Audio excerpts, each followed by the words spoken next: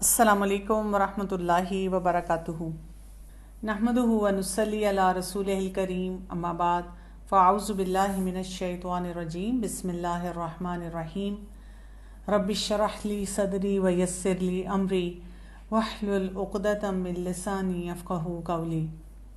آج کا ٹاپک بہت اہم بھی ہے، بہت اس کے اوپر ہم غور و فکر بھی کرتے ہیں، سوچتے بھی ہیں، پریشان بھی رہتے ہیں۔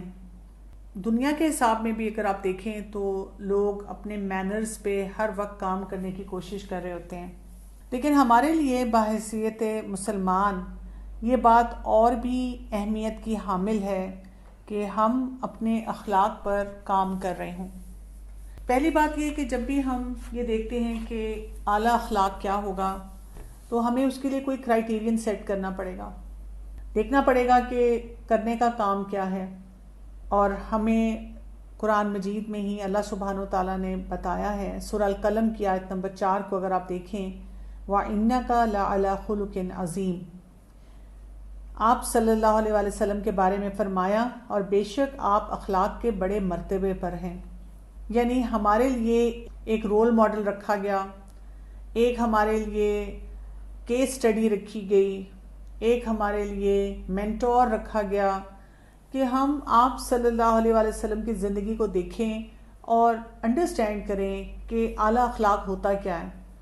کیونکہ ہم اکثر اوقات اخلاق کو اس طرح سے ڈیفائن کرتے ہیں کہ جب سب میرے ساتھ اچھی طرح بیہیو کر رہے ہیں تو میرا بیہیویئر بھی اچھا ہے، اور جیسے ہی کوئی پرابلم آ گئی، کسی نے میرے ساتھ زیادتی کر دی تو بس اب میری بس ہو گئی ہے، اب میں برداشت نہیں کر سکتی، اب میرے ساتھ جو کوئی کر رہا ہے یا تو میں خود ڈپریشن کی مریض بن جاؤں گی اگر میں نے تھوڑا سا برداشت کرنے کی کوشش کی، اور یا یہ ہے کہ میں اب اس کو سنا دوں گی، آئی ہیڈ انف۔ تو بات یہ ہوتی ہے کہ آپ کے اخلاق کا ٹیسٹ جو ہوتا ہے وہ اس ٹائم پہ نہیں ہوتا جب every thing is going right, جب آپ کی مرضی کے حالات ہیں، سب معاملات آپ جیسے چاہ رہے ہیں ویسے ہو رہے ہیں، اور اب آپ کہہ رہے ہیں کہ جی میرے تو مینرز بہت اچھے ہیں۔ آپ کے اخلاق کا ٹیسٹ ہوتا ہی ہے جب پانی جو ہے وہ سر سے اوپر گزر رہا ہے کسی بھی سلسلے میں، یا مشکل حالات جو ہیں وہ آنے شروع ہو گئے ہیں۔ ہم دیکھیں کہ رسول اللہ صلی اللہ علیہ وسلم نے ایک حدیث میں فرمایا، بے شک میں اچھے اخلاق کی تکمیل کے لیے بھیجا گیا ہوں۔ یہ بھی ہمیں پتہ چلتا ہے کہ آپ صلی اللہ علیہ وسلم نے فرمایا ہے کہ مومنوں میں سے سب سے زیادہ کامل ایمان والے وہ ہیں جو اخلاق میں سب سے اچھے ہیں۔ اخلاق میں کیا کچھ آتا ہے، یعنی اگر ہم لسٹ بنانا چاہیں تو بہت سی چیزیں ہیں، ایسے نیور اینڈنگ ایک وہ لسٹ ہوتی ہے ہمارے پاس۔ پہلی بات تو یہ کہ ہم جب لوگوں سے معاملات کریں تو نرمی سے کریں، ہم کسی کے ساتھ زیادتی نہ کریں، کوئی ہمارے ساتھ زیادتی کر رہا ہو تو ہم صبر کریں۔ اسی طرح عام حالات میں ہمارے اندر پازیٹیوٹی ہو، ہمارے اندر شکر گزاری ہو، شکر گزاری کا اظہار ہمیں کرنا آتا ہو، کانفلکٹس کو مینج کرنا آتا ہو۔ جب بھی ہم اپنے گھروں میں ہیں اور بہت سے اور لوگوں کے ساتھ ڈیل کر رہے ہیں تو کوئی نہ کوئی جھگڑا بھی ہو جاتا ہے، کوئی بات کسی کو بری بھی لگ جاتی ہے، کہیں پر کسی کو کوئی بات اسرٹ کرنے کی ضرورت ہوتی ہے، اس کو اچھی طرح سمجھانے کی ضرورت ہوتی ہے، تو وہاں پر بھی کوئی نہ کوئی مسئلہ ہو جاتا ہے۔ اسی اخلاق کا حصہ ہے ہم شرم و حیا کے معیار پہ بھی پورے اترتے ہوں، ہماری گفتگو کیسی ہو، کیونکہ آپ کو پتہ ہے کہ گفتگو میں ہم اکثر اوقات اس طرح بات بھی کرتے ہیں کہ میں نے تو کچھ بھی نہیں کہا، یعنی اسپیشلی میں نے دیکھا ہے کہ جب ہم کسی سے کوئی مشورہ لیتے ہیں اور ہم بتاتے ہیں کہ میرا شوہر، میری بیوی، میرا بچہ، میرے والدین، میرا استاد، میرا کوئی بھی جاننے والا ABCD، اس کے ساتھ مجھے کوئی کانفلکٹ ہو رہا ہے، کوئی مشکل آ رہی ہے، اور ہم بڑی تنگی کے ساتھ اس شخص کے بارے میں بات کر رہے ہوتے ہیں، اور جب کہا جائے کہ دیکھیں یہ جو آپ کہہ رہے ہیں نا اس سے آپ کے تعلقات بہتر نہیں ہوں گے، تو دوسرا انسان کہتا ہے نہیں یہ تو میں آپ کو کیونکہ آپ سے مشورہ لینا ہے اور آپ سے بات کرنی ہے تو اس لیے اس طرح سے بات کر رہی ہوں یا کر رہا ہوں، لیکن جب وہ فرد میرے سامنے آتا ہے تو میں تو خاموش ہی رہتی ہوں۔ لیکن بات یہ ہوتی ہے کہ جب ہم خاموش بھی رہ رہے ہوتے ہیں نا تو ہمارا اخلاق چھلک رہا ہوتا ہے تھرو آور باڈی لینگویج، ہمارے ایٹیٹیوڈ سے ہوتے ہیں نا، وہ لوگوں کو بتا رہے ہوتے ہیں کہ جی کتنے ہم اس وقت مشکل میں ہیں، یا وہی بات ہے کہ کوئی چیز ایسی ہے جو ہمیں بادر کر رہی ہے یا جو افراد ہمارے ارد گرد ہیں ان کو بادر کر رہی ہے۔ تو کچھ نہ کچھ ہم ایسا کر رہے ہوتے ہیں جو کہ درست نہیں ہوتا، اور وہ ہمیں ٹھیک بھی نہیں کرنا آ رہا ہوتا، اس کو ہم کیسے مینج کریں یہ بھی نہیں ہم سوچ پا رہے ہوتے. یعنی یہ کوئی ایک آسان مرحلہ نہیں ہوتا ہے، یہ ٹھیک ٹھاک ایک مشکل کام ہوتا ہے جب ہم کچھ بھی کرنا چاہیں.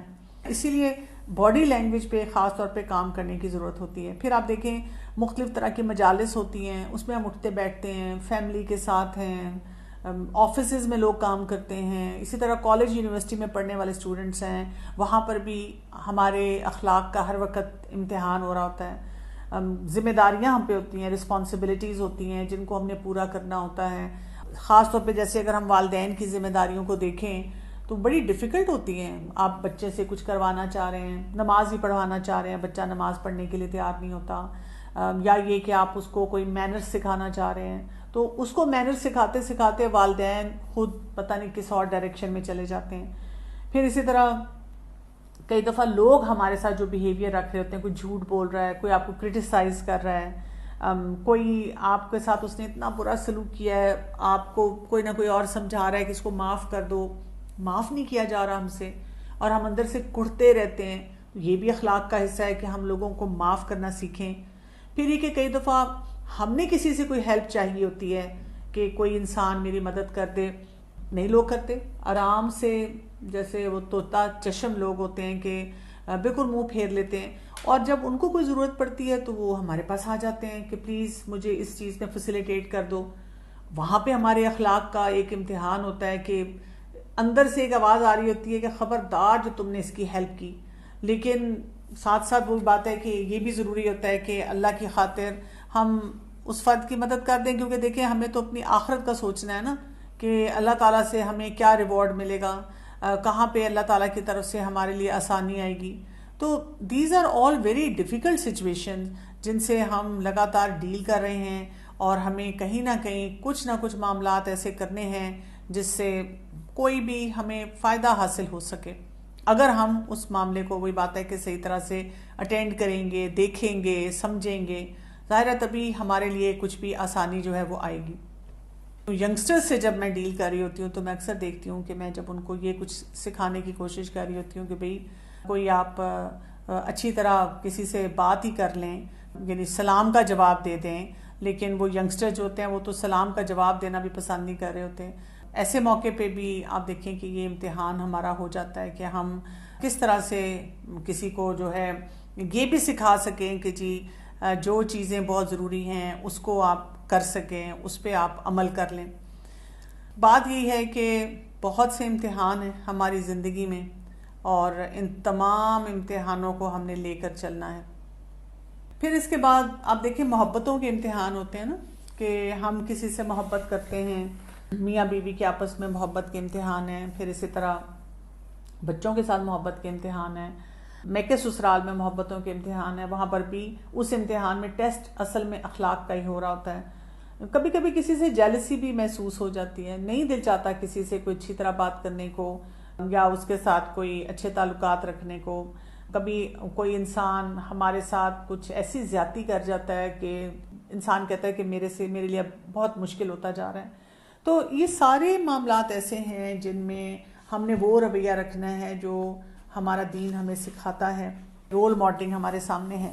ہمیں سے کوئی شخص یہ نہیں کہہ سکتا کہ میرے حالات بہت ڈیفیکلٹ ہیں، کیونکہ جیسے آپ سیرت کا مطالعہ کرتے ہیں تو انسان کا دماغ جو ہے نا وہ حیران رہ جاتا ہے، ششدر رہ جاتا ہے کہ آپ صلی اللہ علیہ وسلم نے کیسے ان تمام باتوں کو دیکھا، کیسے ان تمام معاملات کو مینیج کیا. اس کے لیے میں ایک حدیث پڑھ رہی تھی تو اس میں آتا ہے کہ رسول اللہ صلی اللہ علیہ وسلم نے ارشاد فرمایا تھا، اتق اللہ حیث ما کنت، تم جہاں کہیں بھی ہو اللہ سے ڈرو. یعنی جب ہم کہتے ہیں پھر میں کروں کیسے، واٹس دا سلوشن، آج کا ہمارا ٹاپک بھی یہ ہے کہ کچھ پریکٹیکل طریقے، کچھ عملی اقدامات ہمارے پاس ہوں کہ ہم نے کس طرح سے اپنے اخلاق کے اوپر کام کرنا ہے. اور رمضان ایک ایسا مہینہ ہوتا ہے جس میں ہم بہت ساری اپنی دنیاوی کاموں کو چھوڑ کر قرآن مجید کے ساتھ، اللہ تعالیٰ کے ساتھ، اپنے دین کے ساتھ تعلق کو مضبوط کرنے کی کوشش کر رہے ہوتے ہیں. تو یہ وہ وقت ہوتا ہے جس میں ہم محاسبہ بھی اپنا تھوڑا سا شدت سے کر سکتے ہیں. تو ایسے موقع پہ انسان اپنے 11 مہینے کی پلاننگ بھی کرتا ہے نا، اگلے 11 مہینے کی، کہ بھئی اس میں اپنے آپ کو کوئی بہتر انسان بنا سکوں. تو یہاں پر ہمیں سب سے پہلا فارمولہ دیا گیا ہے. ہم اگر چاہتے ہیں کہ ہم اپنے اخلاق پہ کام کر سکیں یا اخلاق کو اس لیول پہ لے کر جا سکیں جیسے ہمارے پیارے نبی صلی اللہ علیہ وسلم کی سنت ہے، تو پھر ہمیں کیا کرنا ہوگا؟ ہمیں اللہ کا تقوی اختیار کرنا ہوگا. ہم دیکھتے ہیں کہ رمضان کا مقصد بھی کیا ہے، لعلکم تتقون، تاکہ ہم اپنے تقوی کے اوپر کام کر سکیں، جو رمضان کے روزے ہم پہ فرض کیے گئے. اللہ کانشیس آپ جتنے ہوتے جائیں گے، آپ یہ بات یاد رکھیں گے کہ میں نے جو بھی معاملہ کرنا ہے نا وہ اللہ کی خاطر کرنا ہے. اس میں پھر عزت اور بے عزتی کا لفظ نہیں آتا، کیونکہ اکثر اوقات ہم الجھتے اس بات پہ ہیں کہ میری اتنی انسلٹ ہوگی کسی کے سامنے. تو پہلا کام یہ کرنا ہے کہ جب میں نے اللہ کی خاطر کیا، آپ دیکھیں نا ہمارا تو مطلب ہر معاملے میں یہی ہوتا ہے کہ جی اس نے یہ کیوں کہہ دیا اور اس نے کیسے کر دیا اور میں نہیں اس کی بات سننا چاہتا. تو وہ مسائل جو ہیں نا ہمارے پھر بڑھتے چلے جاتے ہیں. یہاں پہ ہمیں یہ پتہ چل رہا ہے ہر معاملے میں میں سوچوں مجھے تو ریوارڈ اللہ سے ملنا ہے نا. کیونکہ اکثر لوگوں سے جب میری بات ہوتی ہے، وہ جب اپنے مسئلے مسائل بتاتے ہیں اور ان کو میں کہتی ہوں کہ ٹھیک ہے دوسرے انسان نے آپ کے ساتھ زیادتی کی، لیکن you have stoop down to that person's level. آپ نے بھی وہ کام کرنا شروع کر دیا کہ آپ اس سے دور نہیں رہے. وہ بھی اگر ایک کام کر رہا تھا تو آپ اس کے مقابلے بھی تقریباً اتر آئیں. تو دوسرا انسان کہتا ہے کہ دیکھیں نا پھر اب میں کب تک برداشت کروں نا، اس کا فرض نہیں بنتا کہ وہ میرا خیال کرے. تو اگر ہم پہلا پرنسپل یہ بنا لیں اور یاد رکھ لیں کہ مجھے ریوارڈ لوگوں سے نہیں ملنا، لوگوں نے اکنالج نہیں کرنا، میں نے اللہ تعالیٰ سے لینا ہے ریوارڈ. مجھے جس سے بھی میں معاملہ کر رہا ہوں نا مجھے اللہ سے اس کا ریوارڈ ملنا ہے. تو پہلا پرنسپل تو یہ آ جاتا ہے. دوسری بات اس میں کیا بتائی گئی ہے، وَأَتْبِعِ السَّيِّئَةَ الْحَسَنَةَ، جب برائی ہو تو برائی کے پیچھے نیکی کرو. یعنی اب کوئی ہو گئی ہے غلطی، خاص طور پہ اب ہم اخلاق کی بات کر رہے ہیں، تو آپ نے بڑی کوشش کی کہ میں اپنے اخلاق کے اوپر کام کروں، میں تقویٰ کے معیار کے مطابق اپنے آپ کو پرکھوں. پھر یہ کہ جب بھی کوئی میرے ساتھ معاملہ کرے تو میں سوچوں میں نے اس بات کو اللہ پہ چھوڑ دیا. لیکن ظاہر ہے اگر کوئی کبھی کبھی انسان نہیں ٹالریٹ کر پاتا، ابھی اسکلفل اتنا نہیں ہوتا، ہوگی کوئی زیادتی، تو اب کیا کرنا ہے، فوراً نیکی کر لینی ہے. جیسے آپ نے کسی سے بری طرح بات کر لی، کبھی معافی مانگ لینی ہے، کبھی آپ نے صدقہ دے دینا ہے، کبھی آپ نے کوئی نوافل پڑھ لینے ہیں، کبھی آپ نے وہی بات استغفار کی کثرت کر لینی ہے. اتنی نیکیوں کے کام ہیں. کبھی آپ نے کسی اور انسان کی مدد کر دینی ہے نا. تو بہت سارے ایسے کام ہوتے ہیں جو ہم کر سکتے ہیں، ہمیں کرنے چاہیے، ہم وہ نہیں کرتے. تو کیا ہے کہ برائی کے پیچھے نیکی کرو تو نیکی برائی کو مٹا دے گی. یہ بات ہمیں سمجھ آنی چاہیے. اور پھر ساتھ کیا کہا، اور لوگوں کے ساتھ اچھے اخلاق سے پیش آؤ. تو یہ ایک پورا پیکج ہے جو کہ ہمیں دیا جا رہا ہے کہ ہم اگر اس پہ کام کرنا شروع کریں تو پھر فائدہ ہوگا. بات یہ ہے کہ اخلاق پہ کام کرنا جو ہے، کیونکہ یہ چیلنجنگ ہے، تو اس کے لیے جو سب سے پہلا کام ہمیں کرنا ہوتا ہے، اس وقت اگر آپ دنیا کے کسی بھی ایکسپرٹ سے پوچھیں گے، سب سے پہلے تو بات تقویٰ ہے نا. اس کے بعد کس ایریے پہ آپ نے کام کرنا ہے، اس کو ہم کہتے ہیں سیلف کیئر. یعنی جو افراد چڑچڑے ہوتے ہیں، بد مزاج ہوتے ہیں، ان کے اندر کمپیشن نہیں ہوتی، شفقت نہیں ہوتی، رحم نہیں ہوتا، نرمی نہیں ہوتی، غصہ ان کی ناک پہ بیٹھا رہتا ہے، بدتمیز ہوتے ہیں، کسی اور کا لحاظ نہیں کرتے ہیں، اکثر آپ دیکھیں گے کہ نہ ان کا کھانا پینا درست ہوتا ہے، نہ ان کی نیند پوری ہوتی ہے، نہ ان کی لائف میں ٹائم مینجمنٹ کے مطابق کوئی بیلنس ہوتا ہے، نہ وہ کبھی ریسٹ صحیح طرح سے کرتے ہیں. یعنی کچھ نہ کچھ گڑبڑ ان کی زندگی میں چل رہی ہوتی ہے. آپ اکثر ایسے افراد سے یہ بھی سنتے ہیں کہ میرا تو بلڈ پریشر زیادہ ہو گیا. تو بھئی کیونکہ بلڈ پریشر صرف اس لیے نہیں زیادہ ہوا کہ کسی انسان نے آپ کے ساتھ زیادتی کی ہے. بلڈ پریشر ہم تو دیکھیں نا کہ صحابہ کرام میں اور اس دور کے افراد جس طرح سے مشرکین مکہ اور کفار کے ساتھ بات چیت ان کی اور معاملات چل رہے تھے، تو وہاں پہ تو نہیں ہمیں نظر آتا بلڈ پریشر زیادہ ہوا. کیونکہ بلڈ پریشر صرف کسی مشکل کی وجہ سے نہیں ہوتا کہ کسی اور نے آپ سے مس بیہیو کیا. بلڈ پریشر اس لیے بھی زیادہ ہوتا ہے کہ ہم اپنی صحت کا ویسے ہی خیال نہیں رکھ رہے ہوتے. اگر کوئی مجھے آ کے کہتا ہے کہ وہ فلاں کی بات پہ مجھے اتنی ٹینشن ہوئی، میری شوگر زیادہ ہوگی، تو بھئی آپ نے کیوں نہیں اپنی شوگر کو مینیج کیا تھا، کیوں نہیں اپنی اس بیماری کے لیے علاج صحیح طرح کیا تھا. تو سیلف کیئر بہت ضروری ہوتی ہے. اور آپ دیکھیں گے ایون بچوں کے معاملے میں جب بچہ کوئی چڑچڑا ہوتا ہے تو اس کی والدہ اکثر یہ نہیں کہتی کہ یہ بچہ بدتمیز ہو گیا، مس بیہیو کر رہا ہے. وہ ہمیشہ کہتی ہیں آج اس کی نیند نہیں پوری ہوئی، اوہو اس کو بھوک لگی ہوئی ہے نا اس لیے یہ رو رہا ہے. اچھا ابھی اس کو نا ریسٹ کرنا چاہیے تھا، یا وہی بات ہے کہ کوئی اس کو چیز پریشان کریے، بادر کریے، اس لیے بچہ یہ غلط بیہیویئر دے رہا ہے۔ تو ہم بھی نا وہ بڑے بچے ہوتے ہیں کہ ہم نے اپنی کیئر نہیں کی ہوتی۔ مثلا میں خود اگر گھر آؤں گی تھکی ہوئی ہوں گی، سر میں درد ہو رہی ہے، اور بچوں نے یا شوہر نے یا گھر میں ملازمین ہیں، کوئی بھی اور افراد ہے، انہوں نے کوئی مجھے چھوٹی سی بات کر دی۔ کبھی کبھی ایسے بھی ہوتا ہے نا کہ آپ بہت زیادہ اسی طرح تھکے ہیں یا اپنی کسی الجھن میں ہیں۔ میں تو جیسے ڈاکٹر ہوں تو پیشنٹس دیکھ رہی ہوں، اب وہ پیشنٹ جو ہے نا بیچارے وہ نارمل سی چیزیں پوچھ رہے ہیں، لیکن کیونکہ میری اپنی طبیعت اس وقت جو ہے وہ ٹھیک نہیں ہے، میں نے اپنا خیال نہیں کیا ہوا، تو میں ان کو جھنجھلاہٹ میں کوئی ایسا جواب دے دوں گی۔ تو ہمیں سمجھ بھی آ جاتی ہے کہ ہم نے خود کوئی ایسی بات کر لی ہے which is not appropriate، لیکن ہمیں طریقہ نہیں آتا کہ ہم اپنے آپ کو مینج کیسے کریں۔ تو سیلف کیئر بہت ضروری ہے۔ اکثر اوقات آپ دیکھتے ہیں کہ میں نے دیکھا ہے کہ افراد ایسی بات کر رہے ہوتے ہیں کہ میری خیر ہے، تو میں ان کو کہتی ہوں کہ اگر آپ یہ کہہ رہے ہیں نا میری خیر ہے، تو پھر کسی کی بھی خیر نہیں ہے، پھر سب آپ کے گھر والے، آپ کے ارد گرد کے لوگ جن سے آپ انٹریکٹ کر رہے ہیں وہ سب سفر کرنا شروع کریں گے۔ آپ دیکھیں اکثر اوقات مرد حضرات جو ہوتے ہیں وہ روڈ ریج میں ہوتے ہیں نا، جب گاڑی چلا رہے ہوتے ہیں تو کوئی ادھر گالی کوئی ادھر غصہ، کیونکہ ان کا بھی یہی ہے کہ وہ اپنی کیئر نہیں کرنا جانتے۔ اگر سٹریس ہے تو سٹریس مینجمنٹ کیسے کرنی ہے، ان کو ہر وقت یہ فکر ہوتی ہے کہ گھر کے اخراجات پورے کرنے ہیں اور باقی بہت سے اور جو کام ہیں وہ کرنے ہیں۔ تو سیلف کیئر کو بہت پرائرٹی دینا چاہیے۔ ہمارا یہ سب کانٹیننٹ کا کلچر ہے نا، اس میں اگر کوئی انسان اپنی کیئر کرنا چاہتا ہے یا کرنے کی خواہش کا اظہار بھی کرتا ہے تو اس کو بہت مطلبی سمجھا جاتا ہے۔ لیکن ہم دیکھتے ہیں کہ رسول اللہ صلی اللہ علیہ وسلم نے ہمیشہ اپنا خیال رکھا۔ یعنی سیلف کیئر کا یہ مطلب نہیں ہے کہ آپ بہت زیادہ کوئی لیوش لائف سٹائل میں ہیں۔ آپ دیکھیں آپ صلی اللہ علیہ وسلم نے کبھی اپنی نماز پہ کمپرومائز نہیں کیا، اپنی عبادت پہ کمپرومائز نہیں کیا۔ آپ صلی اللہ علیہ وسلم نے جو روزے رکھنے ہوتے تھے نوافل والے وہ بھی رکھے۔ آپ صلی اللہ علیہ وسلم مسکراتے تھے، اپنے اندر پازیٹیوٹی رکھتے تھے۔ اسی طرح سے آپ صلی اللہ علیہ وسلم اپنے رشتہ داروں کا خیال رکھتے تھے، پرائرٹی پہ ان کو ملتے تھے یا ان کے ساتھ معاملات اچھی طرح سے کرتے تھے۔ تو یہ سیلف کیئر ہوتی ہے کہ آپ اپنا خیال کس طرح رکھ رہے ہیں۔ اس لیے تو آپ دیکھیں ہمیں کتنی احادیث پتہ چلتی ہیں جس شمائل ہیں کہ آپ صلی اللہ علیہ وسلم کا حلیہ مبارک کیسا تھا، آپ صلی اللہ علیہ وسلم اپنے بہت سے معاملات کو کیسے لے کر چلتے تھے۔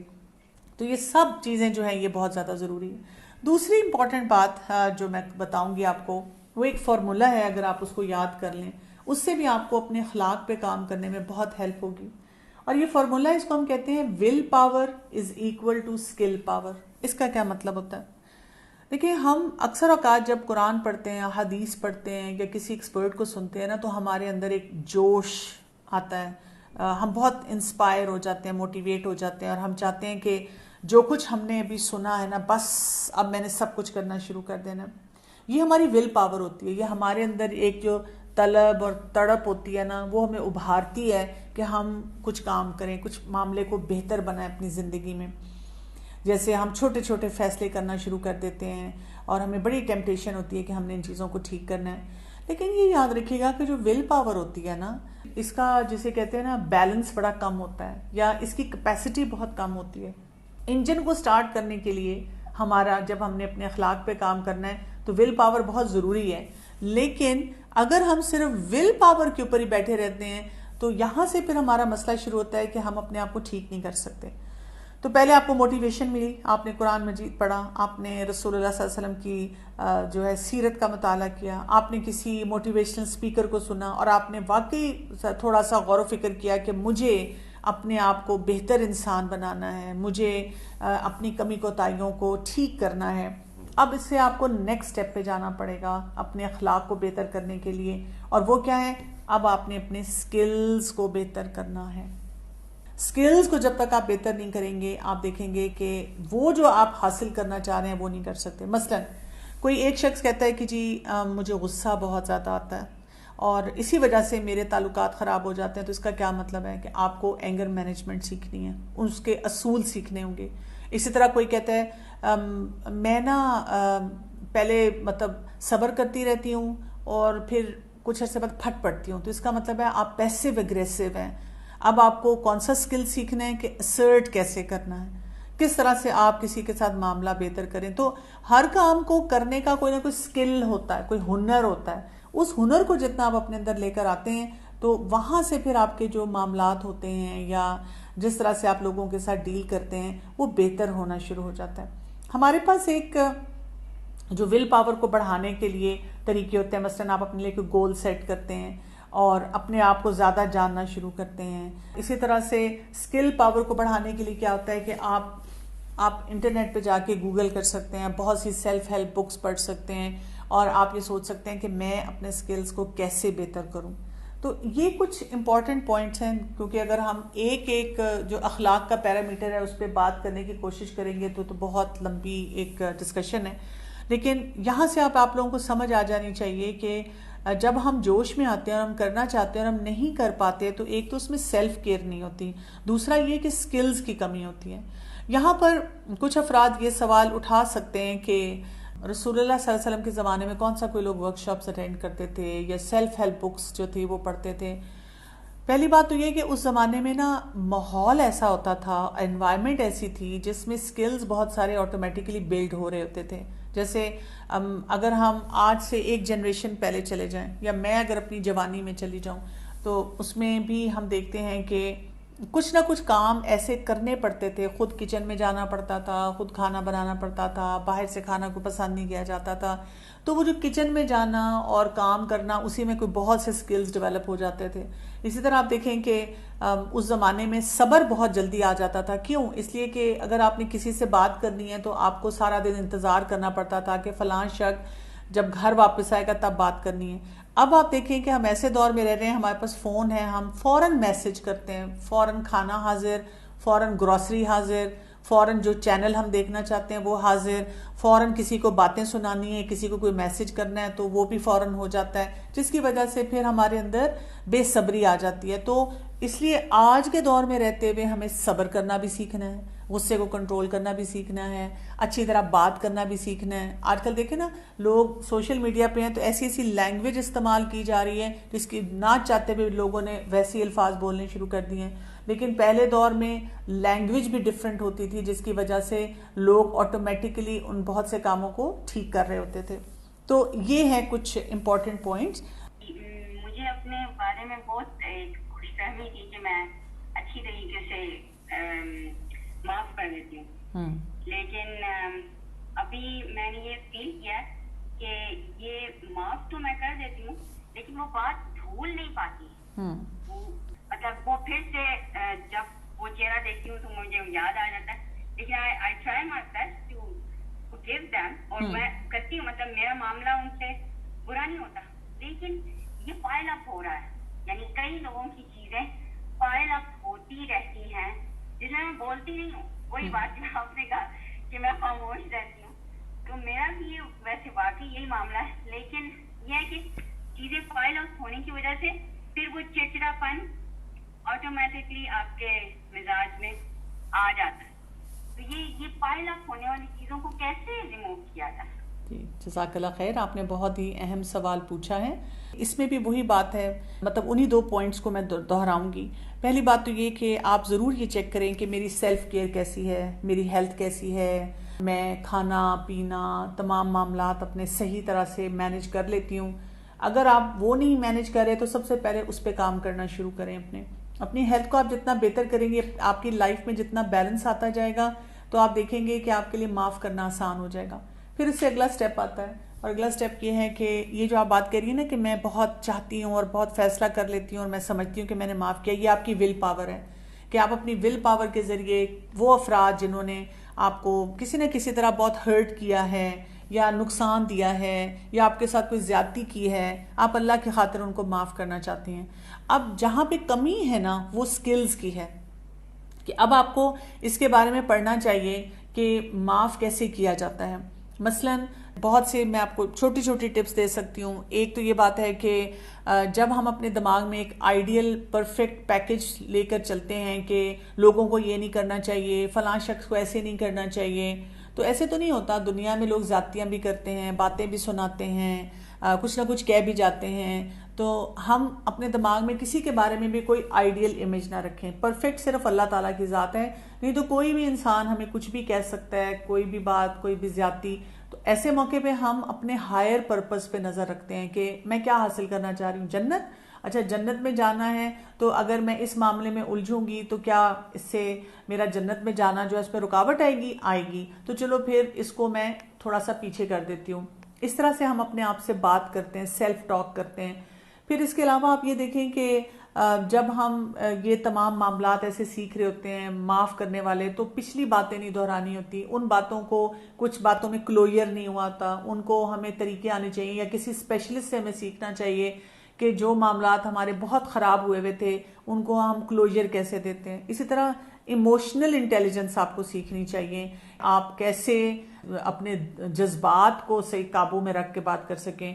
پھر ایسے مواقع پہ جو ہمیں جیسے حدیث سے پتہ چلتا ہے نا کہ ان لوگوں کے لیے دعا کرنی چاہیے, یعنی جن لوگوں نے ہمیں دکھ دیا ہے, جن کو ہم معاف کرنا چاہ رہے ہیں, ہم ان کے لیے بہت زیادہ دعا کریں, ان کی طرف سے استغفار پڑھیں, اس سے ہمارے دل میں نرمی آئے گی. ان کی طرف سے صدقہ دے دیا کریں, ایسے کام کریں. اور اسی طرح سے جو ان کی اچھائیاں ہوتی ہیں نا ان کو بھی یاد کریں ہم, کیونکہ ہائی لائٹ کر کر کے ان کی بہت سی برائیوں کو یاد کرتے رہتے ہیں. تو ملٹیپل سکلز ہیں, کوئی درجنوں سکلز ہیں جن کو آپ سیکھتے جائیں, پریکٹس کرتے جائیں, تو آپ دیکھیں گے کہ آہستہ آہستہ وہ باتیں آپ کی زندگی میں سے نکلنا شروع ہو جاتی ہیں.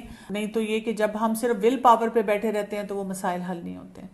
استقامت کس طرح آتی ہے؟ ہم ایک کام شروع کرتے ہیں, اس پہ سوچتے ہیں, بہت نیت بھی کرتے ہیں, پھر یہ ہوتا ہے کہ بس اس پہ تھوڑی دیر کیا اور پھر اس کے بعد فوراً جو ہے وہ استقامت نہیں ہے. مجھے سب سے زیادہ یہ مسئلہ لگتا ہے کہ کوئی بھی نیکی کا کام شروع کرتے ہیں, ایون کوئی عادت ہے اس کو ہم چھوڑنا چاہتے ہیں, اور اللہ کی نظر میں پسندیدہ عمل وہ ہے جو مستقل ہو اگرچہ تھوڑا ہو. تو استقامت کی عادت ہی کہیں گے کہ پرسسٹنسی کیسے آتی ہے؟ استقامت کے لیے بھی ہمیں جس ایریے پہ کام کرنا ہوتا ہے اس کو ہم کہتے ہیں جوش, اور جوش کے ساتھ ہوش.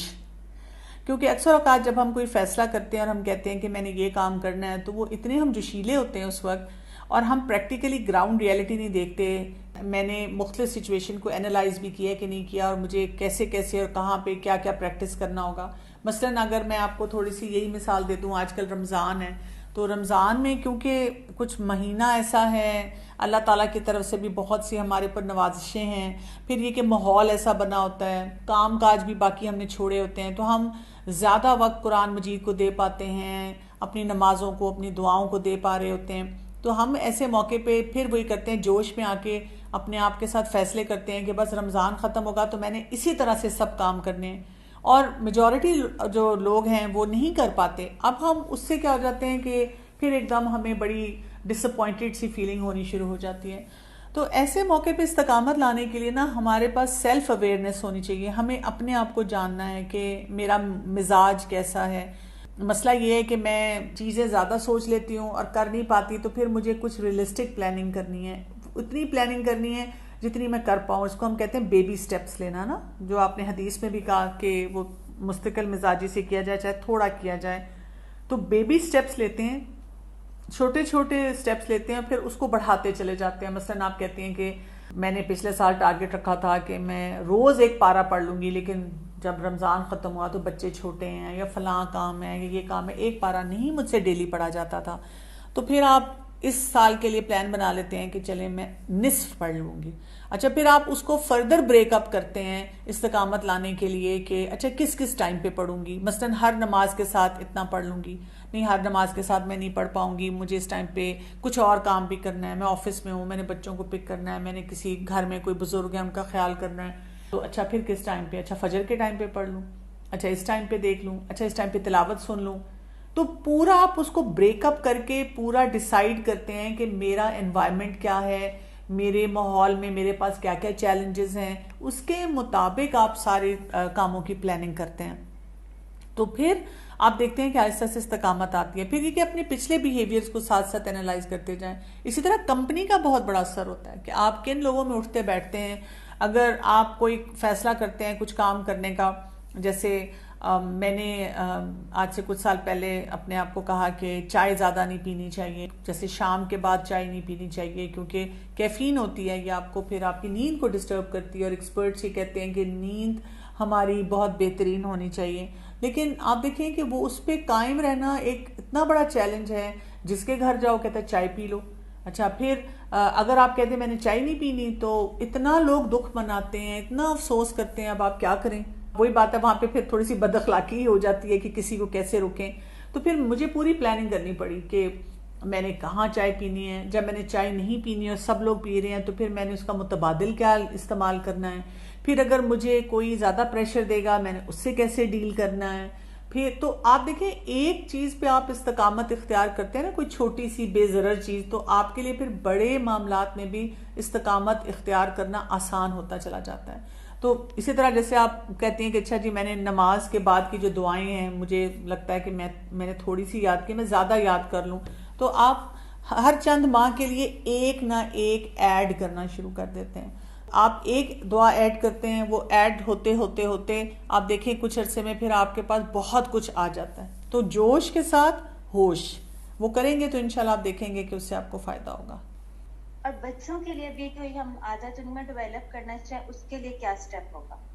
بچوں میں بھی ہم کوئی عادت ڈیولپ کرنا چاہتے ہیں، کوئی اخلاقی طور پہ ان کو لے کے آنا چاہتے ہیں سائڈ پہ. اب جتنا فتنوں کا دور ہے، بچوں کی ایون کوئی عادت چھڑوانا پتہ نہیں لگتا ہے کہ اپنے اندر کمی ہے، ان کی تربیت ویسی نہیں کر پا رہے. کوشش کرتے ہیں کہ ٹھیک ہے اٹیچ ہو جائیں گے. جیسے میں نے سوچا کہ بچوں کو رمضان ہے، وائز ہیں، تو میں نے استاذہ کا جو ہے ماں اور بیٹا 2011 والا، میں نے ان کو کہا آپ صرف 15 منٹس کی وہ روز ویڈیو ایک سن لیں. اور میں نے بچوں کو کہا کہ ایل سی ڈی پہ لگا کہ آپ جو مرضی ڈرامہ دیکھتے ہو صرف ایک وہ سن لیں. لیکن اس کو اس پہ بھی لے کر آنا ایک کام ہے کہ اس میں بچوں کو شوق نہیں پیدا ہو رہا. دعائیں بھی ہیں کہ اللہ ان میں شوق پیدا کر دے، یا باقی ان کی عادتیں کہ نماز کے لیے شوق پیدا ہو جائے، یا ان کی عادتوں پہ کام کرنا، اس کے لیے کیا کیا جائے؟ جی یہ بھی بہت ہی اہم سوال ہے. پہلی بات یہ کہ جب بچوں میں ہم نے کچھ عادات ڈالنی ہیں تو اس کے لیے رول ماڈلنگ بہت ضروری ہوتی ہے. ہم جو کام خود کریں گے اور تو بچے بھی سیکھنا شروع کر دیتے ہیں. چھوٹے بچے جو ہوتے ہیں وہ تو بہت اسٹرانگ رول ماڈلنگ کرتے ہیں، وہ بہت جلدی ان باتوں کو پریکٹس کرتے ہیں. آپ جس ایج کی بات کر رہی ہیں نا وہ ٹین ایج میں آ کے ہوتا ہے، جب وہ ذرا قد کاٹ نکالتے ہیں اور ظاہر ہے ان کے اندر بہت سی ہارمونل چینجز بھی آتی ہیں، تو اس ٹائم پہ تھوڑا سا باغی پن بھی آتا ہے. تو جب وہ والی عمر آ جاتی ہے نا جو بہت چیلنجنگ ہوتی ہے، تو اس میں ہم یہ نہیں پریشر لیتے کہ بچہ انجوائے کر رہا ہے کہ نہیں کر رہا. بچہ کیا پڑھائی انجوائے کرتا ہے؟ نہیں کرتا. بچہ کمرے کی صفائی انجوائے کرتا ہے؟ نہیں کرتا.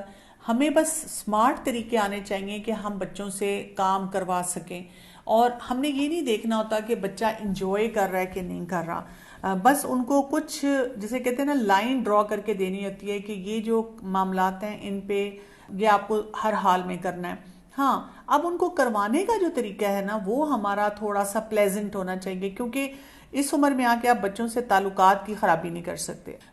یعنی بہت سے اور طریقے ہوتے ہیں جس سے آپ پھر بچوں کو سکھاتے ہیں. اور میں آپ کو یہ بات بتاؤں کہ قرآن اور حدیث سے بہت ہیلپ لیا کریں کہ دل نرم کیسے کیا جاتا ہے یا بات چیت کیسے کی جاتی ہے. اس کے لیے دعائیں بہت پڑھا کریں. جیسے بچوں سے بات کرتے ہوئے اگر آپ جیسے ربی حبلی حکمن والحقنی بالصالحین پڑھیں تو ہمیں حکمت چاہیے، اللہ تعالیٰ ہمیں وہ حکمت سکھا دے کہ ہم بچوں سے بات کیسے کریں.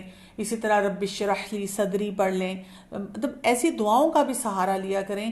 نوافل پڑھ لیا کریں. مجھے تو اگر کوئی لگتا ہے کہ کبھی کوئی چیلنج ہے میں تو نفل پڑھ کے صدقہ نکال کے پھر وہ بات کرتی ہوں. اس میں یہ سٹریس نہیں کبھی بھی لیتی، اور میں پیرنٹس کو بھی کہتی ہوں یہ سٹریس کو نہ لیں کہ بچہ انجوائے نہیں کر رہا. یہ میرے پاس بہت والدین آتے ہیں اور اتنے وہ سٹریسفل ہوتے ہیں کہ بچہ انجوائے نہیں کر رہا. میں نے تو کبھی پوچھا ہی نہیں کہ بیٹا آپ نے انجوائے کیا کہ نہیں کیا.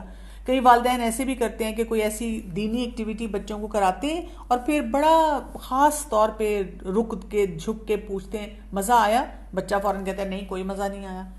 تو میں یہ سوچتی ہوں کوئی بات نہیں، اس مجلس میں آئیں گے ان کو عادت پڑے گی، کچھ نہ کچھ تو سن کے جائیں گے. تو فرسٹریٹ نہ ہوں ایز پیرنٹس ایز ایڈلٹس کبھی بھی بچوں سے، اور اپنی پوری کوشش کریں، اپنے آپ کو بار بار بتایا کریں میں نے بھرپور طریقے سے ان کے اوپر کام کرنا ہے. جیسے ماں باپ کو نماز کا بھی بڑا ہوتا ہے نا، تو وہ 2 دفعہ آرام سے کہتے ہیں نماز پڑھو اور اس کے بعد ان کی پچ ہی بدل جاتی ہے. تو نماز بھی جب آپ نے بچوں کو پڑھانی ہے ایک ہی پچ میں، اور اس کے لیے میں پیرنٹس کو اکثر اگزامپل دیتی ہوں، جو ایڈز چلتے ہیں نا اشتہار، بچپن سے ہم روح افزا کا اشتہار دیکھ رہے ہیں، اس میں کیریکٹرز بدل گئے ہیں لیکن ٹون اور پچ اور سب کچھ وہی ہے. کوئی بھی آپ اشتہار دیکھ لیں، میں نے آپ کو ایک اگزامپل دے دی ہے. آپ نے بھی یہی کرنا ہے، بچپن سے جوانی تک بچوں کے کانوں میں ایک ہی طریقے سے آواز جائے گی، حی علی الصلاۃ، اچھا آ جاؤ بیٹا نماز کا وقت ہو گیا. نہیں اٹھتا، آپ اللہ سے توفیق مانگیں اس کے لیے کہ میرے رب اس کو توفیق دے دے کہ یہ اٹھ جائے اور یہ نماز پڑھ لے. خالی ہمارے کہنے سے نہیں بچے دین پہ آئیں گے، اللہ توفیق دے گا. ہمارا کام یہ ہے کہ ان کو کہنا، جب تک کروا سکتے ہیں کروانا، جب ہمیں لگے ہمارے بس سے باہر ہوتے جا رہے ہیں بس کہتے رہنا، لیکن توفیق اللہ سے مانگیں اور گیو اپ نہیں کرنا کبھی بھی، اور کبھی بھی ایک حلال کروانے کے لیے ان کو دوسرے حرام کی آپشن نہیں دینی. اللہ تعالیٰ سے دعا ہے کہ اللہ تعالیٰ ہمیں بھی بہترین اخلاق عطا فرمائے، اور جو بھی ہم دین کا کام کر رہے ہیں اور اللہ کی خاطر کر رہے ہیں، اللہ تعالیٰ اس کو ضائع ہونے سے بھی بچا لے. سبحانک اللہم و بحمدک، اشہد ان لا الہ الا انت، استغفرک و اتوب الیک. السلام علیکم ورحمۃ اللہ وبرکاتہ.